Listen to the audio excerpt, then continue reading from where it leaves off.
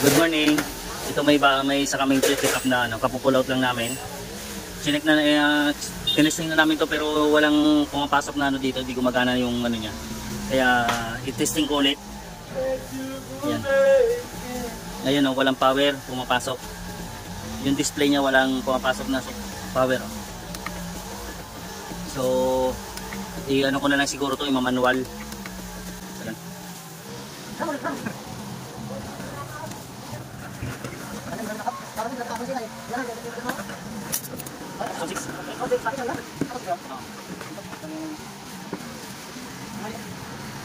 So guys, i-direct ako muna siya para malaman kung gagana ba yung compressor niya tsaka yung fan motor. Katin ko muna tong wire dito. So ito yung speed niya. I-direct ako muna para malaman kung gagana. Kapag gumana siya, palit ng palitan na lang yung ito na lang tanggalin, manual na lang namin. So ayan, testing. Yun, gumana.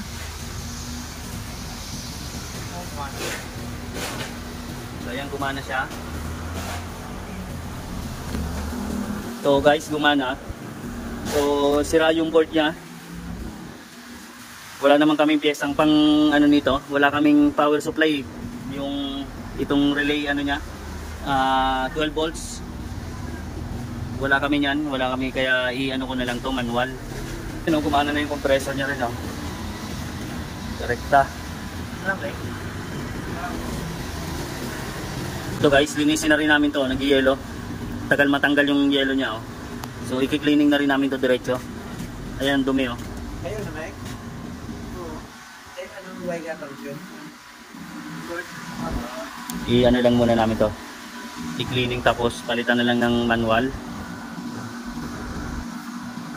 Ito guys, yung problema yan yung marking niya. Nagkaroon ng shortage. Ayan. So ito, i-check ko lang yung fuse nito. Malamang ito yung problema niya, kaya wala siyang power na pumapasok. So pag ito lang yung problema niya, di naapektuhan yung pinaka niya board, mapapagana po pa ulit ito. Hindi na namin to kailangan i-manual.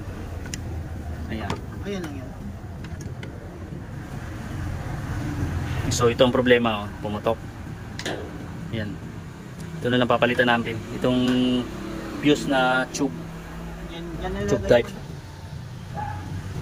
Ilang amperes kaya to? Sige. Nasa 10 amperes, 15 amperes yan.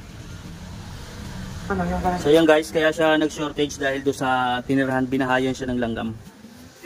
Ayan ito yung binahayan, kaya ayun nagkaroon ng shortage. Wala namang tamis to, pero bakit nilalanggam? So ayan. Siguro yung langgam ngayon hindi na masyadong nagpupunta sa mga matatamis kasi takot na rin ma-diabetic. Lax.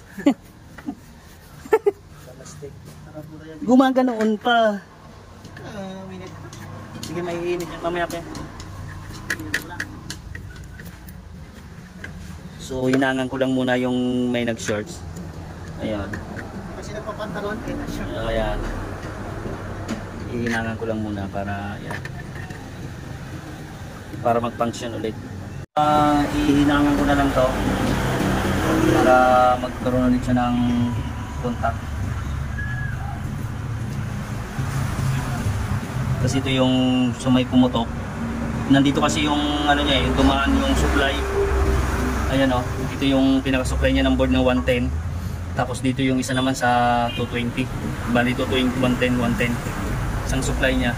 Tapos ito 110, 110 kaya 220. So yan yung nagkaroon ng shortage. So naapektuhan yung fuse. Ayun, kaya walang power. Pero testing ko rin muna to. So ayan, linis na rin namin to. Diretso linisin kasi marami sa langgam na nakatira para hindi na sa pamahayan ng langgam. Pero mag-inig.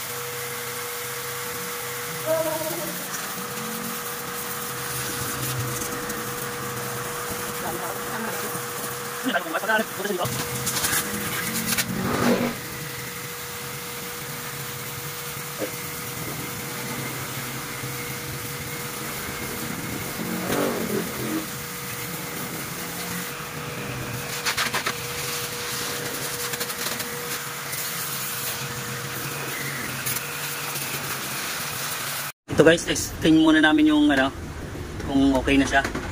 Yun. Iyoses na mo yung kaya. Iyoses. Okay, just lang yung problema niya. Yun. Ayan, gumana na. Sige po, screw. Deliver natin. I-deliver na lang namin to. Yan, wala yan. Yan o. Yan. I-deliver na lang namin para may pambili kaming ulam. So ayan guys, okay na siya. Buti nakuha na. Sana yung pinalitan nito. Ito pumutok.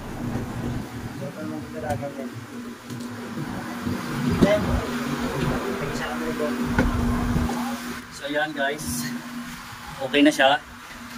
Nalinis na rin namin to, na cleaning na. Ayan. So ibig sabihin, pero ka. Para may pambili kaming ulam. Di-deliver na muna para mapatay mo. Dito yan, dito. May dalawang maliit doon. Tama, friend. Dito ba mo? Sige.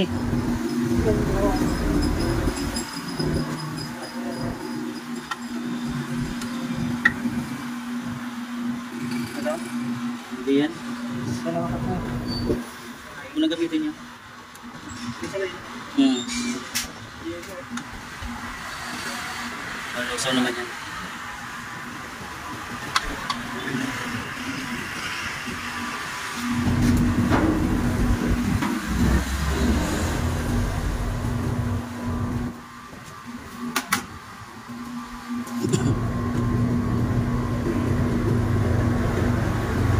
Ayan, okay na to guys. Deliver na namin. Okay. Maraming salamat. Please support my channel and share, comment. Pa-subscribe na rin po at pa-follow. Thank you very much.